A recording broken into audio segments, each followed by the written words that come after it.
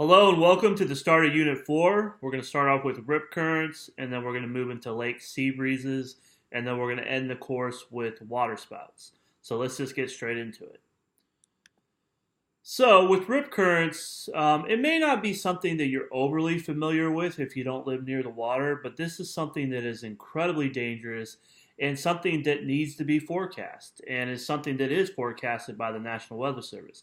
Now, this is a fairly recent thing. I believe it started in 1999. So, as far as the Weather Service putting out forecasts, so pretty recent. But again, very important.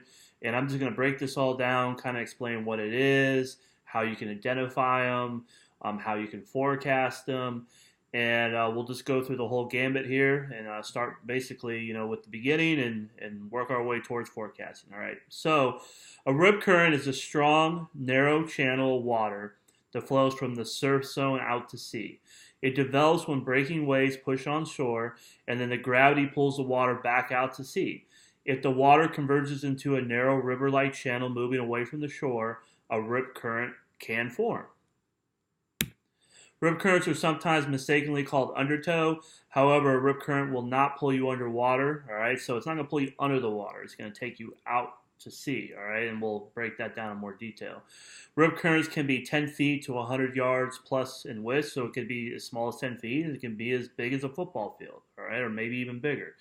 And the strength of the current could be 3 to 6 miles per hour. And you might think to yourself, well, that's not that high. Well, keep in mind, 6 miles an hour is about 8 feet per second, and Michael Phelps, the greatest swimmer there ever was, at his peak speed is right around that 6 mile an hour range, maybe a tad bit higher. But that's Michael Phelps, and that's at peak speed, all right? So it's a lot faster than you think. And these rip currents can carry even the strongest swimmer into deep water well beyond the sandbar. The development and persistence of a rip current requires a mass transport of water from wind, waves, and or swell. All right, so we're going to break that down in detail.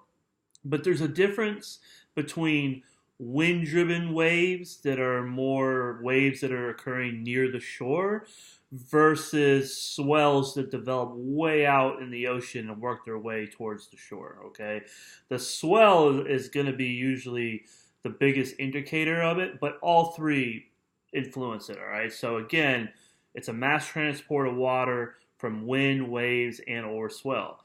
The swell or waves produce a greater than normal mass transport of water onto the beach, causing an above normal volume of receding water, and a channel or rip current can form.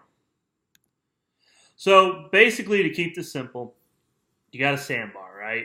You got these waves that start to break when they encounter the sandbar. Now, it depends on low versus high tide. We'll get into that a little bit later.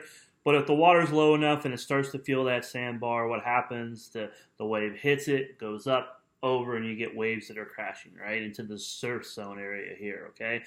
Now, as these waves crash into the shore, the gravity is pulling them out, back out to sea.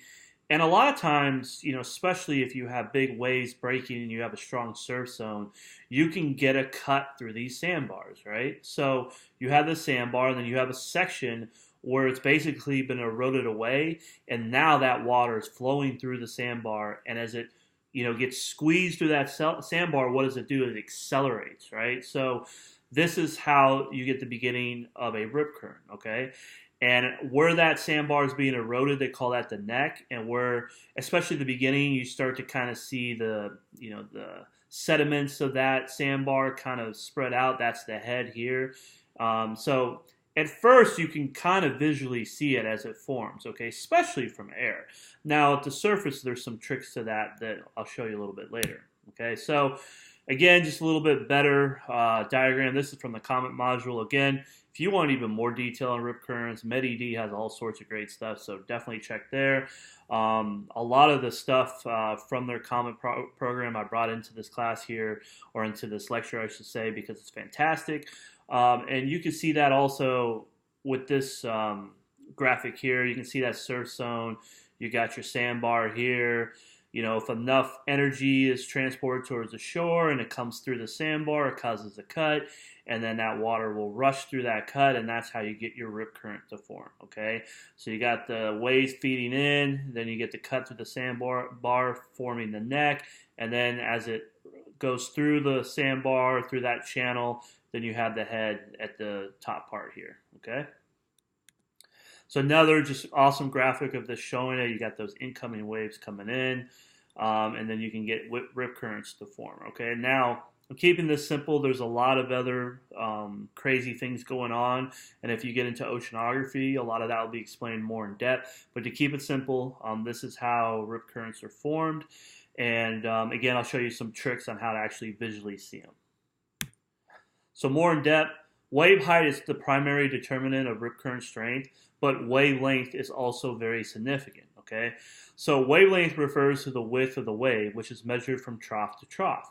The height and width determines the volume of water in a wave, okay? Some water or some waves that peak when breaking may appear powerful, but there's no real force behind them without a large mass of water, all right? So this is that difference between more of the swells with these longer wavelengths that have much more energy and power behind the wave versus more of those wind waves that you can get near the shore, okay? You can have a somewhat high wave that's generated by more local type winds that's not generated by a swell that are somewhat powerful, but they're much different than a wave that has a larger wavelength, okay? If you have the larger the wavelength, the more powerful, the more energy behind that wave, okay? So that's something really important to understand. It is nearly impossible to measure wavelength when it is in the water, but you can easily count in seconds the time between waves as they break.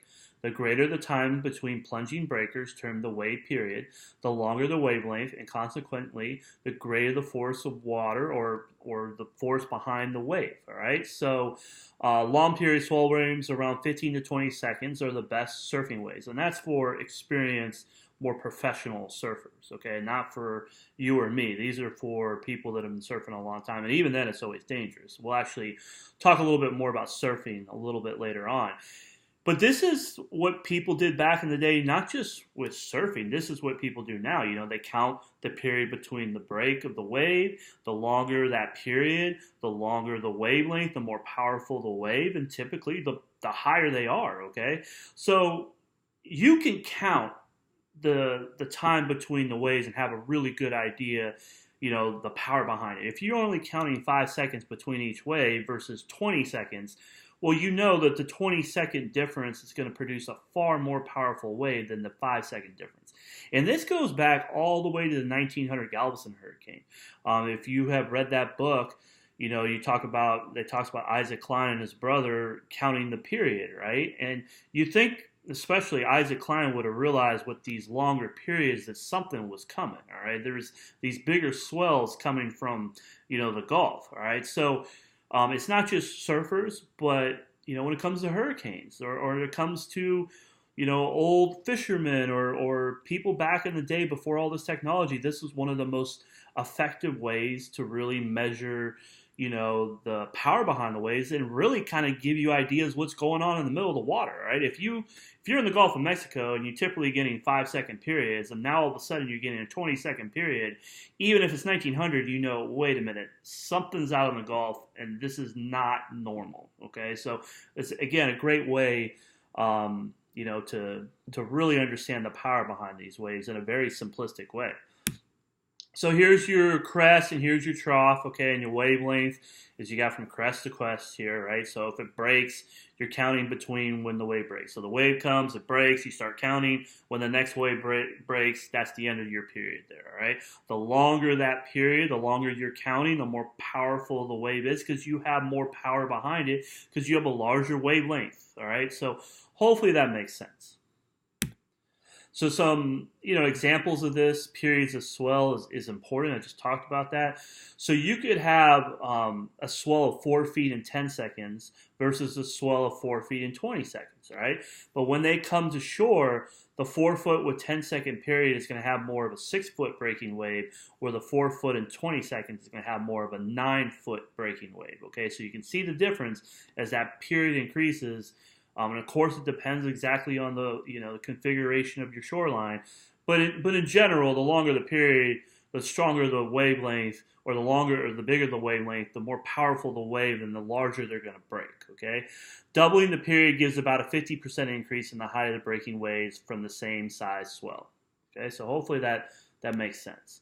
And then again, going to hurricanes, as that period starts to increase, what else is happening? These wave heights are getting higher. And keep in mind, this is in meters, all right? So as that period starts to increase, you have higher or more powerful waves with the break, much taller waves, all right? And it makes sense, in general. Now, this is a little simplistic because if you get a storm that just spins up really quick, it may not have the same wave period and wave height.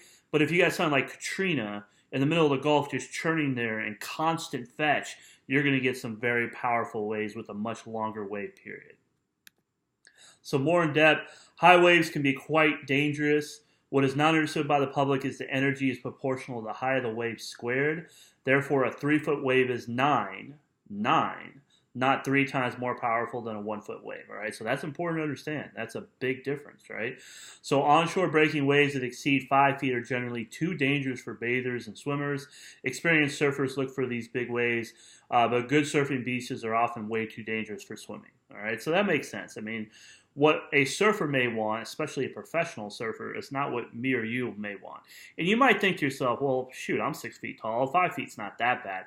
A 5-foot wave is a lot more powerful than people think. And if you live on the Gulf Coast, we almost never get 5-foot waves unless there is some sort of tropical disturbance out in the coast or a powerful nor'easter or something like that.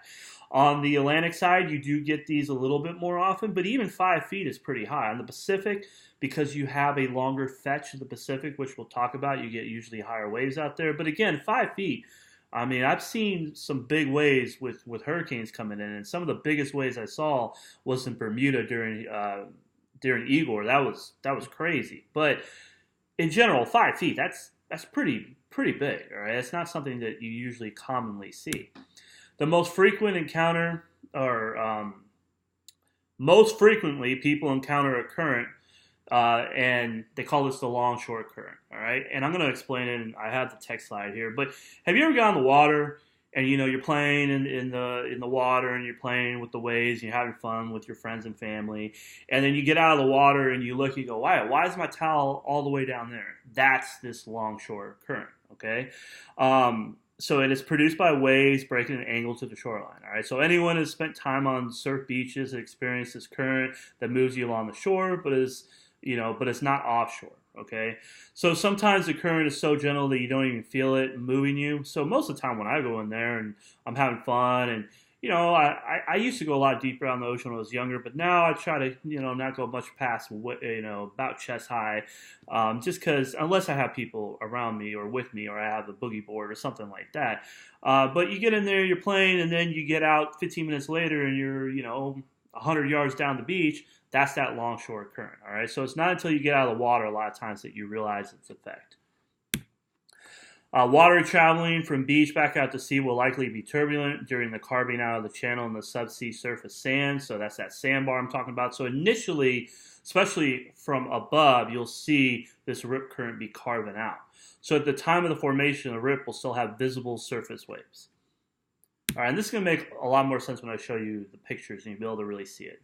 Once a channel is carved out, the flow will become more tranquil and even may look calm in comparison to the surrounding ocean water.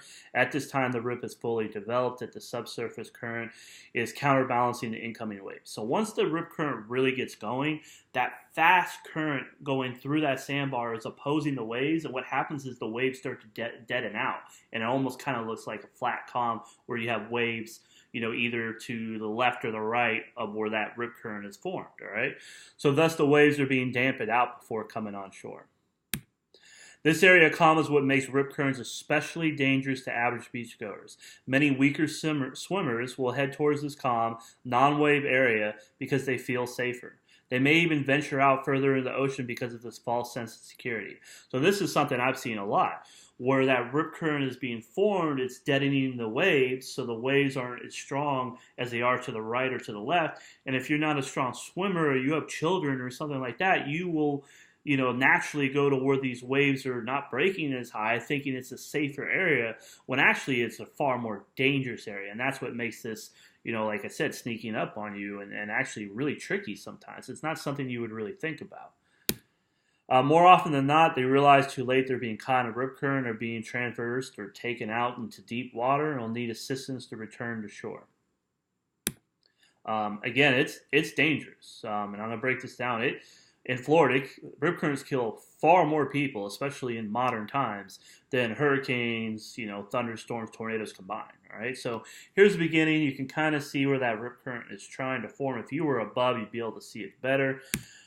Here's an example. You kind of have an elevated look at it. You can see where that channel is starting to be carved out. Okay, so this is at the beginning of it. This hasn't a fully developed rip has not occurred at this point. This is the development stage. All right, you can kind of see what you got the neck, and then here's that head I was telling you about here. All right, so if you're above, you can easily see it. But if you're at ocean level, or you're at walking on the beach, you're not probably going to see it so well. Like maybe here you can start noticing a little bit, especially if you have experience with it.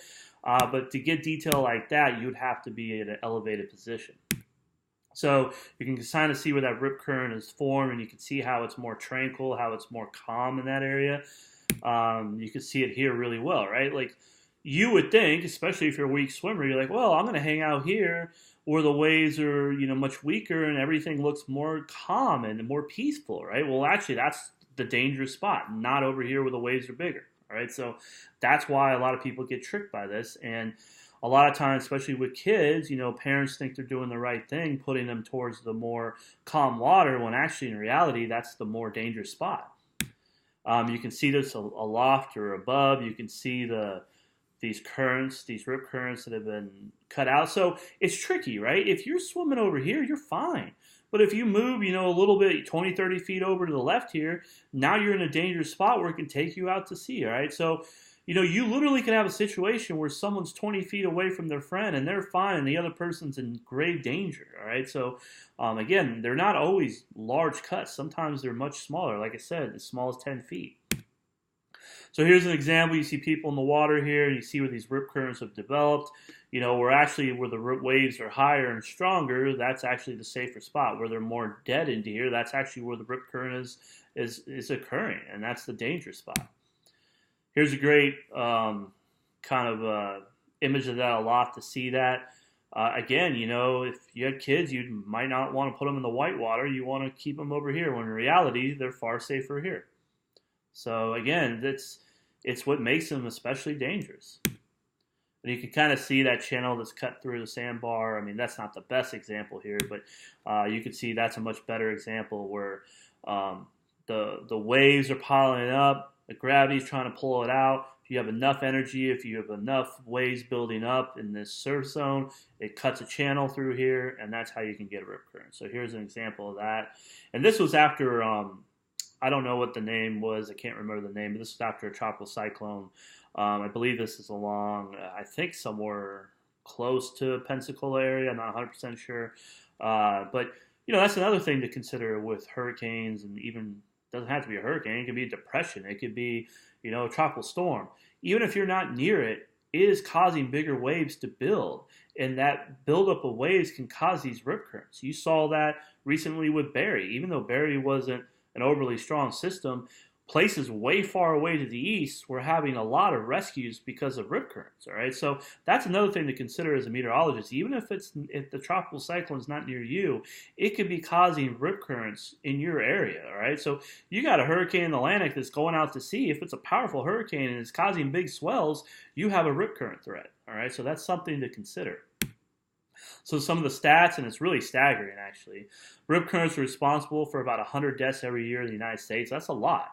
In Florida, they kill more people annually than thunderstorms, hurricanes, and tornadoes combined. You hear a lot about, hurricanes, of course, and this is modern history, right? If you go back in time, obviously, hurricanes killed a lot more people. And not that hurricanes still can't kill thousands of people, but in general, especially in modern times, rip currents have killed far more people, all right? So, and you hear a lot about lightning, and people do get hit by lightning, especially in Florida. That's one of the United States, that's the lightning capital, right? There's actually places in Africa that get more lightning, but still, you hear more about that. But at least from my perspective, even growing up near a beach area, it wasn't really until I started meeting surfers and talking to people on the beach all the time that I really started hearing more about rip currents, all right?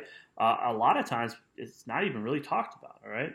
So they're the number one concern for beach lifeguards, without a doubt, and about 80% of all beach rescues are related to rip currents. While average rip current velocities of 1 to 2 feet per second do not pose serious hazard or threat to strong swimmers, rip currents may rapidly reach or exceed velocities of 3 feet per second. Again, it may not sound like a lot, but Michael Phelps might be swimming at about 6 feet or maybe up to 7 feet per second. All right, that's its max speed.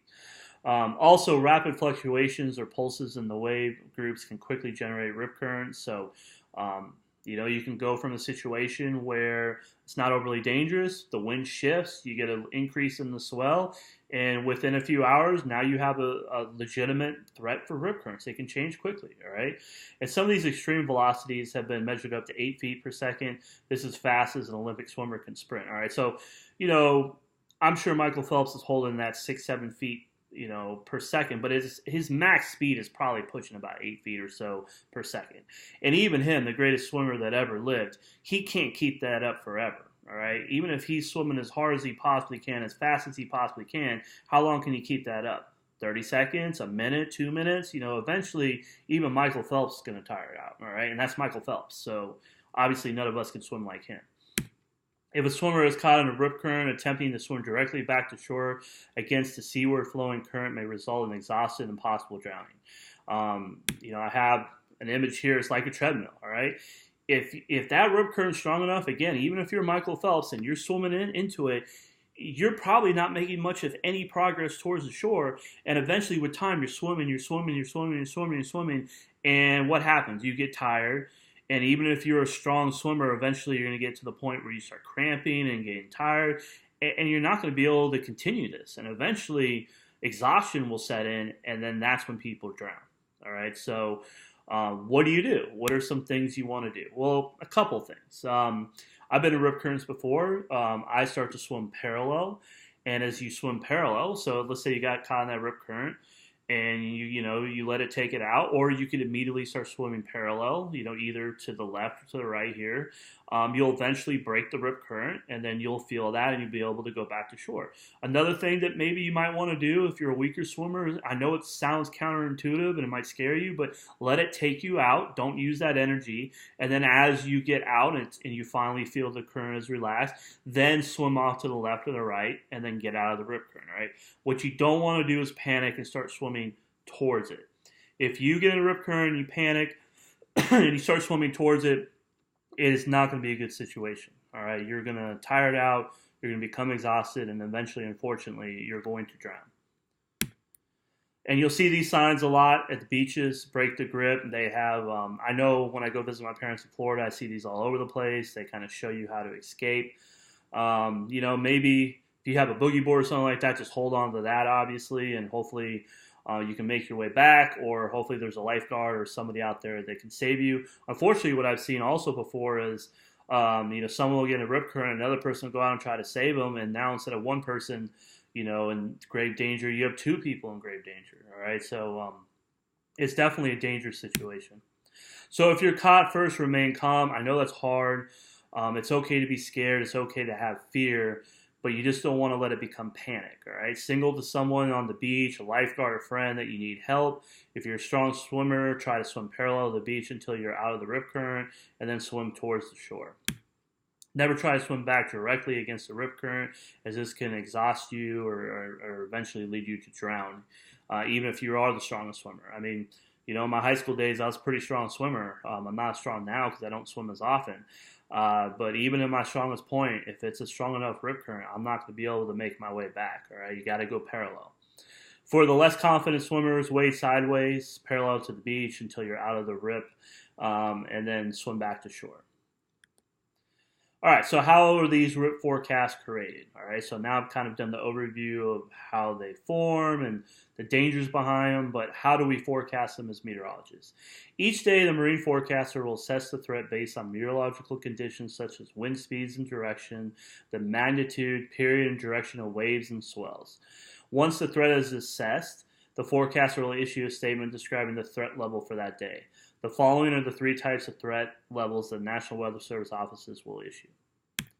All right, so you got low risk, all right? So it's just kind of like severe weather, but obviously you don't have, enhanced and marginal, but you have high, moderate, and low risk, all right? So low risk of rip currents Wind or wave conditions are not expected to support development rip currents. However, rip currents can sometimes occur, especially in the vicinity of, jetties and piers. All right, so that's something else too that I've seen.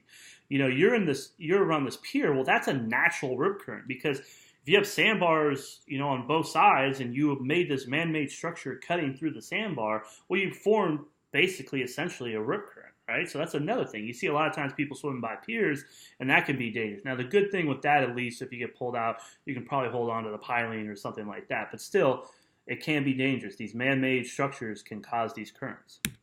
Moderate risk. Wind and wave conditions support strong or more frequent rip currents. Only experienced surfers should enter the water. And when you get to high risk, basically at that point it's life-threatening, and anyone entering the surf's at risk. Now, let's be real. There's plenty of surfers that are still going to go out there, and some of them live for this. And who am I to say they shouldn't go out there? But even they are taking a risk. Now, thankfully, a lot of them have the straps connected to their ankles, so the board is connected to them. So, even if they got in a bad situation, they have their surfboard there. But in general, if it's a high risk, a lot of times they put these double red flags up. And a lot of time, the beach patrol, I've heard of situations where if you're in the water, they'll fine you. All right. So, they're going to prevent you to go out of the water, especially in public beaches. So here's an example from National Weather Service in Miami. This is just a random example for a year or two ago. In South Florida, and they assess the rip current risk as low when they're talking about the beaches on the Atlantic side, whereas actually the beaches on the Gulf side were a moderate risk. Okay, and we're going to go in more detail on this, but why do you think that was? If you're Miami, how could it be low risk on the Atlantic side but a moderate risk on the Gulf side? Well, it depends on a lot of factors, and one of those is wind directions, all right? Think about this. If you're on the eastern shore of the water here, or you're on the Atlantic side, the wind is blowing away, it's blowing from the land to the water, right? So this is offshore wind, where here the wind is piling up that water, right? You have onshore flow, right? So that's a more dangerous situation as opposed to this, okay? And there's a lot more things involved in this, which we'll break down. But it's a good kind of simple way to see that, right? The wind's not coming in towards shore, your threat's not as strong, all right? If the wind's blowing away from shore, it's blowing from the land towards the water offshore, then not as dangerous of a threat typically, all right? So some final points, 80% of ocean rescues, over 70,000 per year, involve saving someone caught in a rip current. Rip currents are responsible for about 100 deaths every year in the United States. In Florida, they kill more people annually than thunderstorms, hurricanes, and tornadoes combined. And this is in modern times, of course. Strong rip currents move at 7 to 8 feet per second, which is as fast as an Olympic swimmer in a 50-meter sprint. All right, so again, that's as fast as an Olympic swimmer at their peak full speed. Okay, so again, Michael Phelps is peak speed. With a strong rip current, you might be able to keep up with it or oppose it for a while, but even he's going to tire it out.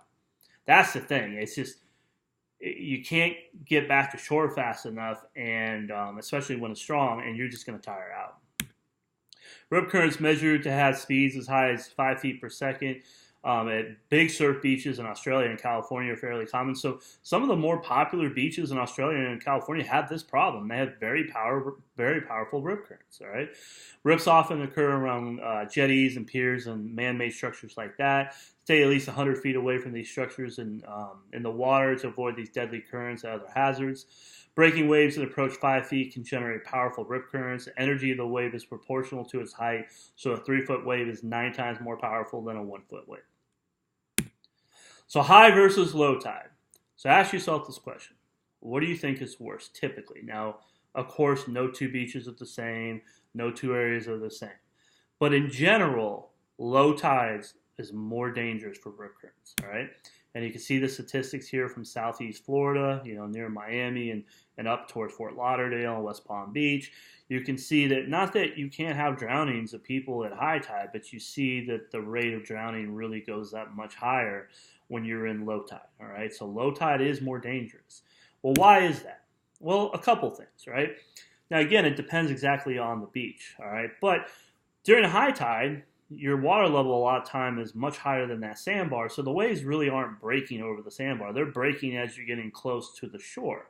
Whereas with low tide, it is breaking over that sandbar and it's short, right? So you have a larger surf zone, all right? And where you have that larger surf zone, you have more energy that has to be pulled out, right? So that gravity is pulling it out. It's going to give it more energy behind it and have a better chance of cutting these rip currents. Plus, just think of it in a real simplistic way. What's going on in low tide? The water is naturally doing what? Going this way anyway, right? High tide, the water is doing what? More coming in, right? So naturally, the water is going to want to go out anyway during low tide, all right? So these are the two reasons why it's more dangerous. Again, it does not mean you can't get rip currents at high tide. And again, it depends on the beach and exactly how the sandbars are set up. There's a lot of variables in this. But in general, low tide is more dangerous, and the statistics show that. So some of the history when we go into surfing, because surfers are one of the ones that are going to encounter this all the time. And, a lot of these surfers are some of the most physically fit people in the world. A lot of them, especially in places like Mavericks, which I'll talk about in California, or some of these big surf places in the northern shore of Hawaii, or, other places all across the globe, they have to hold their breath for 4 or 5 minutes, not seconds, 4 or 5 minutes. And that's takes incredible physical fitness to do, all right? And in the West Coast, too, you're dealing with cold water as well. So, it's a lot of mental strength. It's a lot of physical endurance, all right? So being a surfer, especially if you're surfing these powerful waves, takes incredible physical fitness, probably at levels that almost Olympic athletes have, all right? So it was first described in Polynesian culture in 1779. It first came to the United States in Huntington Beach, California, which is Los Angeles area, in 1907. First got to Virginia Beach, or the east coast of the U.S., in 1912. The research in the hazard of rip currents began in about 1936 with a scientist named Shepard. And rip current forecasting started in National Weather Service of Miami in 1999. All right, so the forecasting side is pretty recent. And surfers have been dealing with rip currents for hundreds, thousands of years. I mean, really, surfing goes way, way, way back in time. All right. If you want to study that more, I'm sure there's all sorts of sources online that you can look in that. But the history of surfing goes way, way back. So Half Moon Bay is this place that I was talking about called Mavericks, all right? And I'll show you the location first. It's a little bit south of San Francisco. My dad grew up in this area, Mill Valley, so I've been up there many times. I'm pretty familiar with it. And what's crazy about Mavericks is this area, especially when the conditions are right, which is not always, but it does happen from time to time, you can get 50, 60-foot waves. And these waves are not just huge, they're in some of the most dangerous waters there is, all right? It's very cold water. You have very jagged shorelines. You got these reefs that are just really dangerous. You have great white sharks that swim in this water. You're wearing a wetsuit that's making you almost look like a seal, which is not ideal, obviously, but you have to have the wetsuit. And there's just a lot of other things. The currents are incredible. Some of the strongest rip currents there are.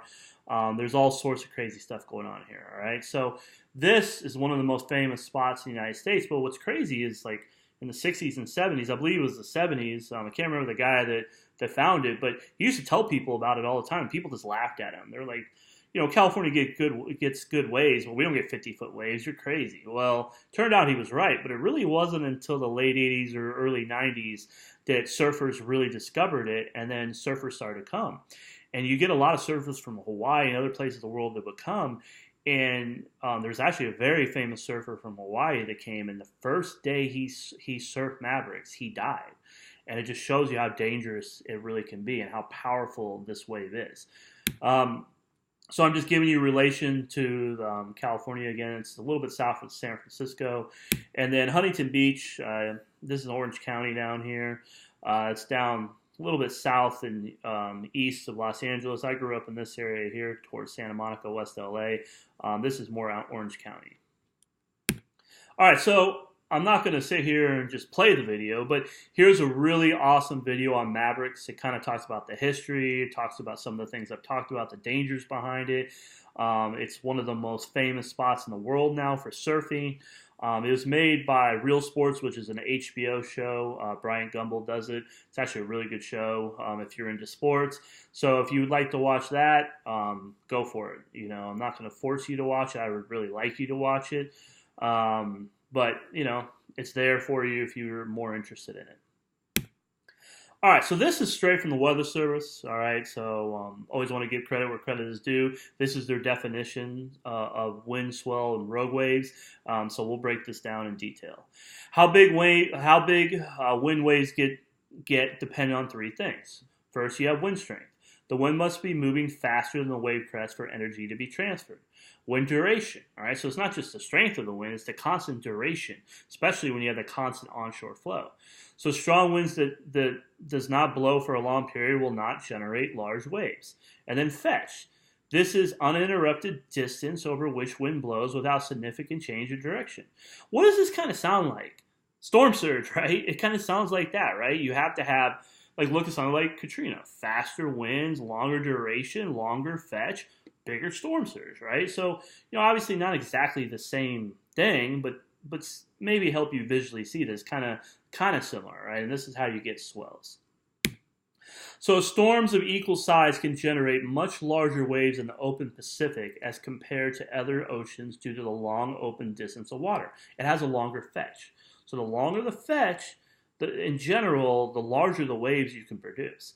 After the wind begins to blow for a while, the waves get higher from trough to crest, and as both the wavelength and the period becomes longer, the wind will continue, and as it continues and strengthens, the water first forms whitecaps, and eventually the waves start to break. This is referred to as a fully developed sea. The wave is fully developed sea. The waves in a fully developed sea outrun the storm that create them, lengthening and reducing in height in this process. These are called swell waves. Swells organize into groups of smooth and regular in appearance. They are able to travel thousands of miles unchanged in height and period. All right, so again, I refer to this if you're on the Atlantic coast or you're on the East Coast of the United States, and even if the hurricane is well out to sea and it's moving towards Bermuda, the swells from that hurricane will affect us in the East Coast, all right? So this is much different. These swells from these storms out in the middle of the Pacific, or hurricanes in the Atlantic, or typhoons in the Pacific, or whatever, those are much different than waves produced near the shoreline due to more synoptic or even, you know, mesoscale type wind processes. All right, so a little bit different, okay? And hopefully that makes sense, all right? So the longer the wave, the faster it travels. All right, so why? The wavelength, more energy behind it. All right, so we talked about that. And as waves leave a storm area, they tend to sort themselves out with the long ones ahead of the short ones, all right? Well, that makes sense. If the wavelength is longer and it has more energy behind it, it's traveling faster, all right? So the long ones are ahead of the short ones. And the energy is simultaneously spread out over an increasingly large area. As the waves close in on the coast, they begin to feel the bottom, and the direction of travel may change due to the contour of the land. Eventually, the wave runs the shores, increasing in height up to 1.5 times the height in the deep water, all right? Finally, breaking up as surf on the shore, okay? So you have these, especially the longer wavelengths are out in front. They're traveling towards, the shore or towards wherever you were located, the Pacific or the East Coast. And as these swells approach land, they can increase 1.5 times in height. Sometimes even more, but just in general, 1.5 times.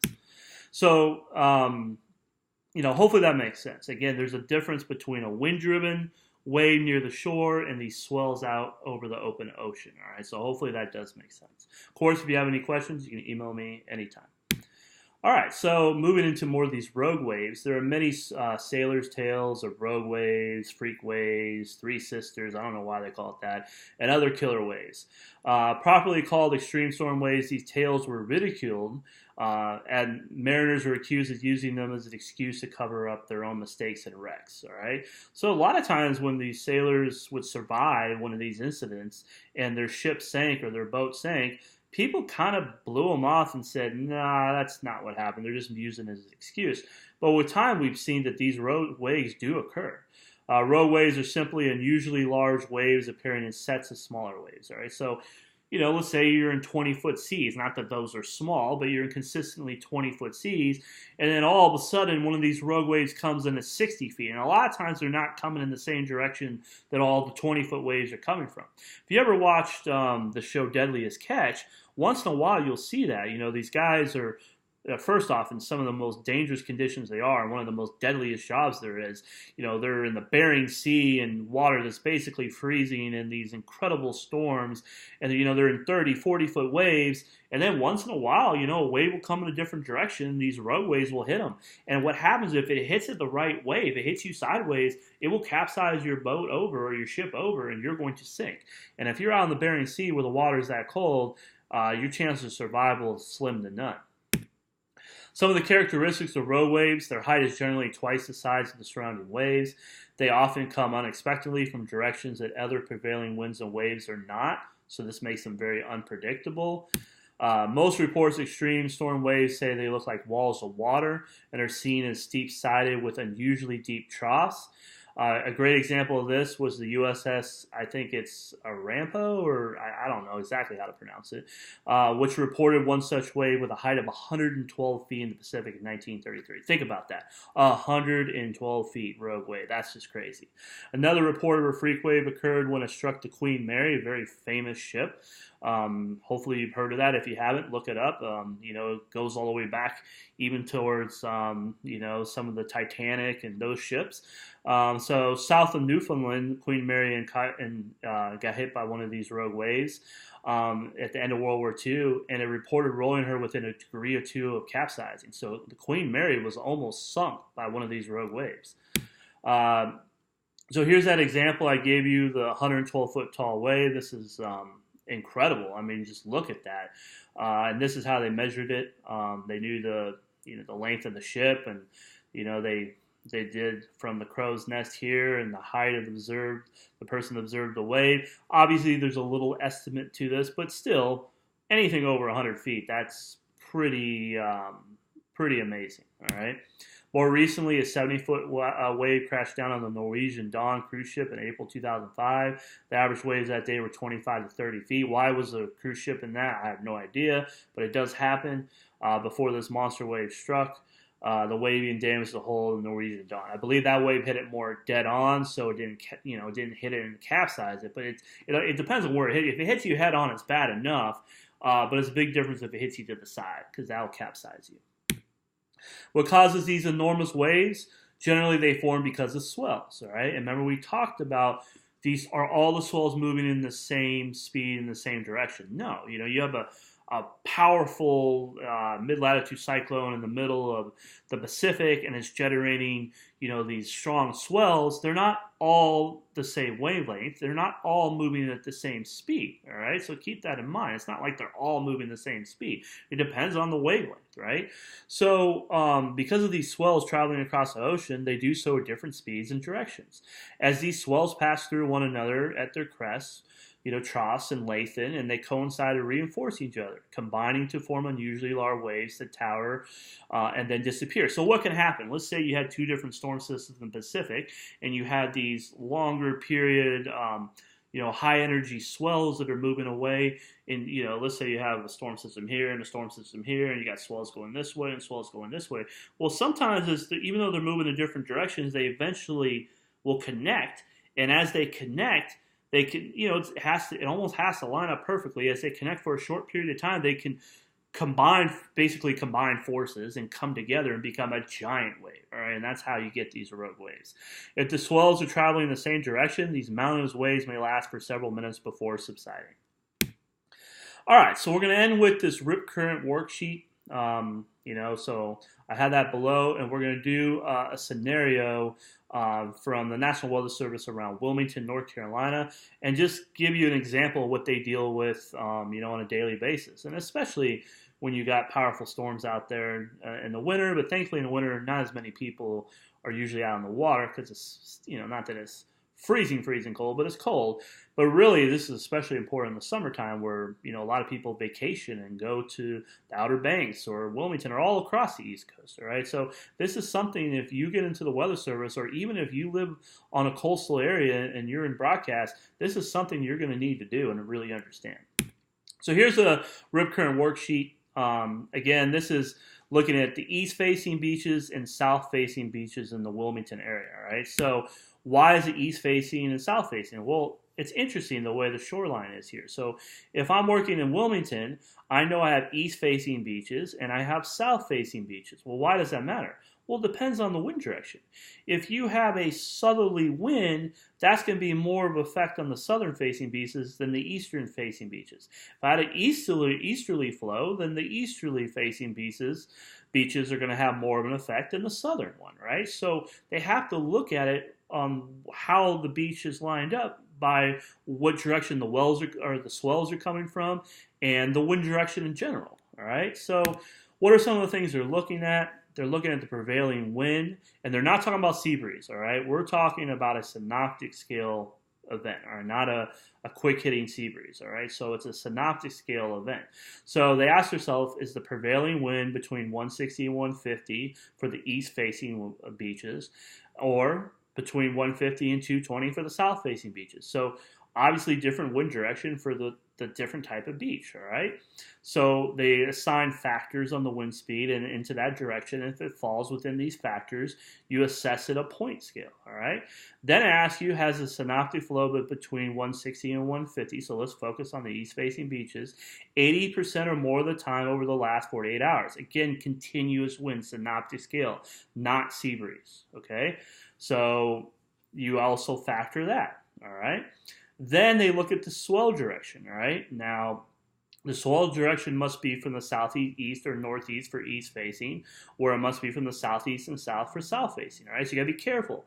On this, you might think, oh, well, the swell's, 8 feet in 12 seconds, I'm gonna assess a value of 7. Well, if it's not coming from the east or southeast, it's not gonna be used in the east facing beach, all right? Whereas if you have a south facing beach, it would be different. You would need it from the south or southeast, okay? Then they also look at full versus new moon. I'm going to talk about that briefly here. And then they look at something with low tide. I think it's called mean low water. And what that is they're assessing, this is typically what our low tide height is. But if we're even lower than our typical low tide, that makes it even more dangerous. Remember, we talked about low tide being more dangerous than high tide for rip currents, all right? So they're looking at that low tide, and when it gets lower than a half foot below what is normally low tide, they assess a point value to that because the danger has gone up, all right?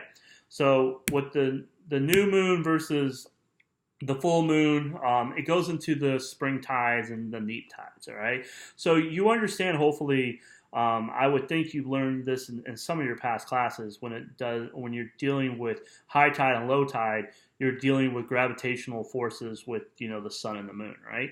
Well, when the sun and the moon are working together, they call this a spring tide, and you usually get higher high tides and lower low tides, all right? So why is that important? Well, if you're rip current forecasting and you're in a spring tide and you're getting even lower low tides than you usually do, that's something you'd want to know, and it can affect rip current strength, right? Whereas if the moon is opposing the sun and those gravitational forces are kind of working against each other, not that you don't get high tides and low tides, but you don't get the highest high tides and lowest low tides, all right? So neap tides would be less of a danger for rip currents, all right? So that's why they're looking at new moon and full moon, okay? And that also goes back to hurricanes. Look at Katrina. When it came in, it was during high tide, and I believe it was a full moon, I'm pretty sure, very close to it. I could be wrong, but I remember everything kind of lining up, which just increased and made that storm surge even worse. All right, so I'll go through the first case, and then I'll leave the other two for you to go through. I don't need to read through every single thing, but I'm just going to kind of break it down here so you have an idea. So this is a scenario, and this comes from the comment modules, all right? So if you go on MedED, they're going to have a lot more of these cases for you to practice and more information on rip currents, all right? So we're working in Wilmington, all right? Now we're on the midnight shift, and we're analyzing the rip current risks for that day. The NOAA Wave Watch 3, which I'll leave a link where you can get more information on this model. It has to do with the swells and forecasting wave height. And also they use buoys and other things like this to verify it. Okay, obviously, just like anything, you don't want to just completely trust the model. If the model's telling you that the swell is, 3 feet, let's just use this example, 3 feet at 5 seconds, but you look at the buoy and it's showing something different, well, then you're going to want to go with the real-time stuff, all right? So they take the model and they compare it to the buoys to try to make the best forecasts they can. All right, so when they look in this output for the buoys, and the buoys in the area has initialized very well, all right? So the model is lining up with the buoys. They feel pretty good. They feel like the model's doing a good job. They're going to trust it, all right? And the model indicates a wind wave height of 3 feet, 5 seconds, and a swell from the southeast of 5 feet, 9 seconds, all right? So again, wind wave is not the same as a swell, okay? Those are two different things, all right? You can get more of a short-term wind wave near the coast, with, a quick hitting system. But these swells is what's most important. Now, they all kind of factor together. It doesn't mean that they don't coincide and help each other out. But the swell is what you really want to focus on, all right? So the swell, those waves coming from way out in the Atlantic Ocean, those are what's really most dangerous, okay? So a swell from the southeast at 5 feet, 9 seconds. During the day, the NWW3 decreases the swell height to 4 feet, 9 seconds, all right? So it's still 9 seconds, but it decreased by 1 foot, all right? And because it's verifying well, you're going to go with this swell of 4 feet, 9 seconds. The marine forecast has south winds, okay? Because remember, east-facing versus south-facing, all right? That makes a difference. The south wind's going to have more of an effect on what? The south-facing beach, right? South-facing winds around 15 knots.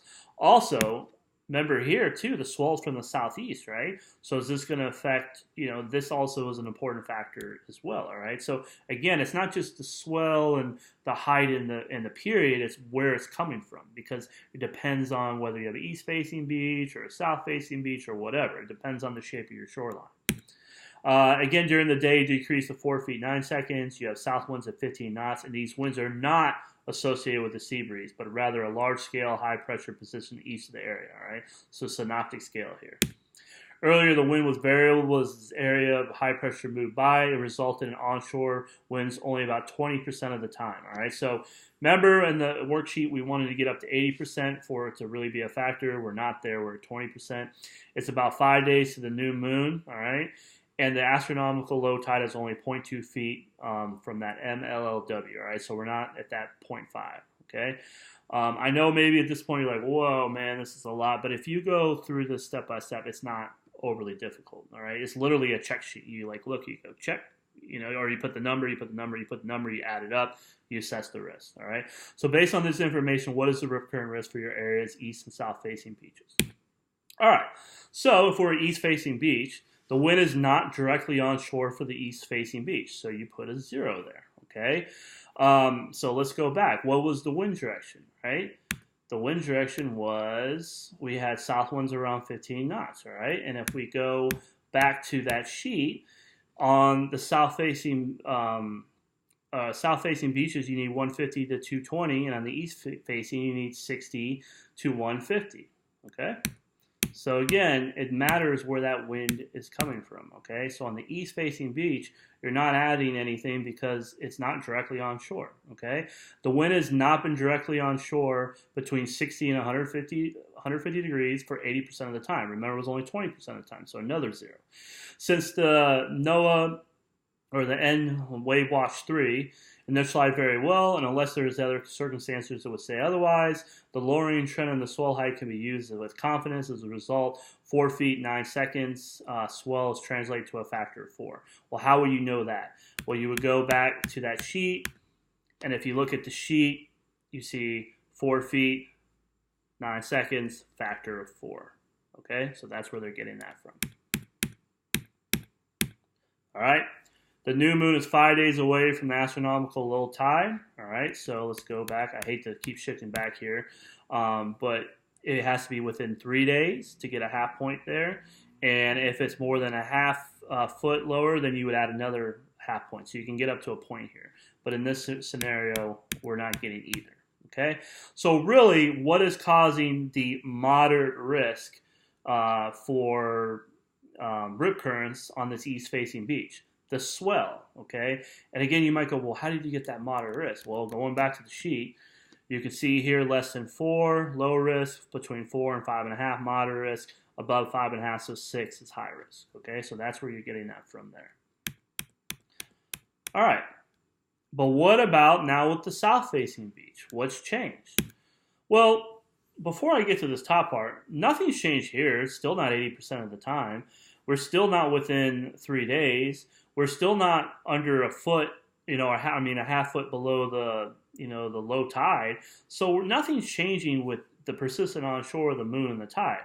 The swell is the same, all right, so that's the same. But why are we adding 2 here when we didn't with the east-facing beaches? Well, because that wind direction is what? Southeast, right? So the wind direction fits the requirements of 150 to 220 degrees, and it's not associated with the sea breeze. So how did you get that 2? Well, go back to the sheet again, and as you're going back to the sheet, I believe it was 15 knots, right? Yeah, 15 knots. There's your 2, okay? So that's where you're getting that from.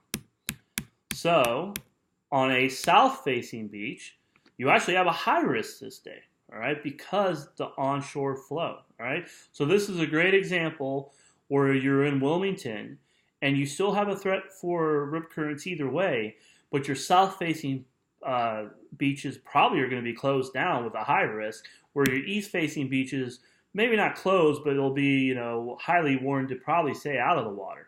You can have differences where it could be a low risk and a high risk, all right? So just keep that in mind. The way the beach faces and whether it's onshore and the direction the swells are coming from makes a big difference, okay? So hopefully that's helpful. That's how they do this.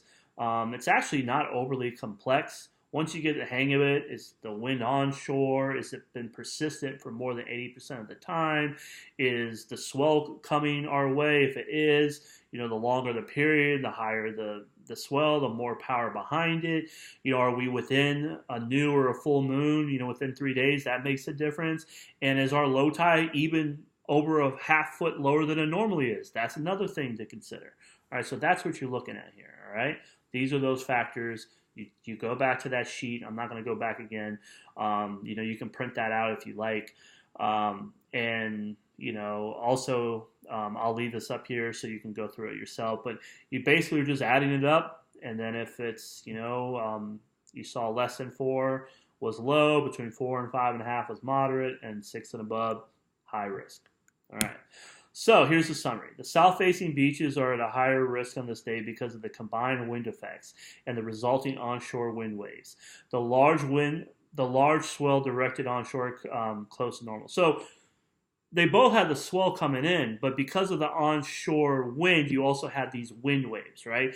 So with that high pressure parking there, and that flow out of the, southeast, you do get waves associated with that. But when you combine that with the swell, that's when you really increase that threat, especially when you're dealing with long period swells that are more powerful with a larger wavelength. Okay, the swell by itself is also large enough to contribute to a rip current risk on the east-facing beaches. All right, so the swell is why the east-facing beaches have a rip current risk that's moderate, but the combination of the swell with the onshore flow and the wind waves makes it a high risk on the southern-facing beaches. All right, so hopefully that makes sense. All right, so you got a couple of other cases. For time, I'm not going to read through every single one here because it would take a while to do that, but it's all here, all right? And you can go through each case and you can see the differences, right? So on this example, all right, this is case 2 here. And again, this is straight from the MED-ED, the comment modules. Your east-facing beaches had a moderate risk, where your south-facing beaches had a low risk, all right? So on this day, it looked like the moon and the tides was a factor, okay?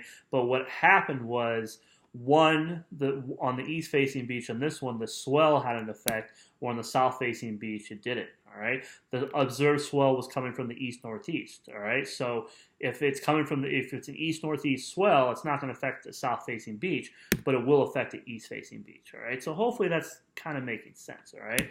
So that's your second case here, and I put a third one in here, and in this one you can read through it, and go through everything.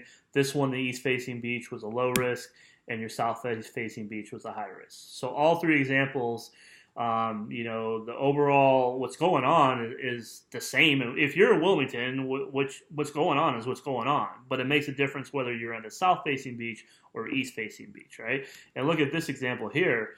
On this day, you know, and let's go back. All right, so on this day, on case 3, east-facing was low and south-facing was high, all right? And this is why this is tricky and important, right? And this is hard to convey to the public, right?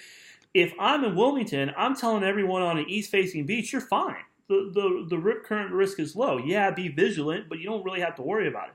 But I'm closing basically the south-facing beaches, right? So it's kind of hard sometimes to explain that to the public. You know, maybe someone has a beach house here, and they're like, oh, why can't I go in the water here where my buddy or someone I know has a beach house here, they can go in the water here, all right? Now, thankfully, especially locals are become more savvy to this, but a lot of people that come here are not from areas of water, and this is where people can get in trouble really quick. They'll think, well, you know, my friend's fine over here, and they've been swimming here, so what's the big deal? I'm just going to go in the water, you know? They don't know what they're talking about. And then you get yourself in a very dangerous situation, all right? So, again, if you're here in Wilmington, it's tricky. Now, there's plenty of places where they're all south-facing or all east-facing, or it depends on the orientation. Sometimes it's not. I mean, look at here. That's not exactly south or east. That has more of an angle to it, right? So it depends on the angle of your beach, okay? So that matters. All right, so again, you can go through these cases. I went through the first one. I kind of talked a little bit about number 2, and then I'll let you kind of go through number 3 here. If you have any specific questions, of course, you can email me anytime. Here's some sources of more on forecasting. This comes from the comment module. This is on the wind swells and the rogue waves here. And then here is where you get that Wave Watch 3. Let's get some information on that. Okay. All right, so that's where we're going to end on rip currents. Again, something that's not overly talked about, but incredibly fascinating and incredibly dangerous and deadly. All right, again, look at Florida. You know, 100 people or more people in Florida, 100 people a year on average die in general, but more people in Florida die from rip currents than hurricanes, thunderstorms, and tornadoes combined. All right, so it's just crazy to think that it's something that you don't really hear a lot talked about. And it's something that I definitely wanted to throw out there to make you more versatile, to give you kind of an edge. And I know a lot of you do live near the coast and probably have already dealt with this. And if you haven't, maybe one day you'll end up there, or even if you vacation there, you'll have an idea why the risks are the way they are. All right. So again, hopefully you found this helpful. This will be it with Lecture 10. I'll be back with Lecture 11 here shortly with lake and sea breezes.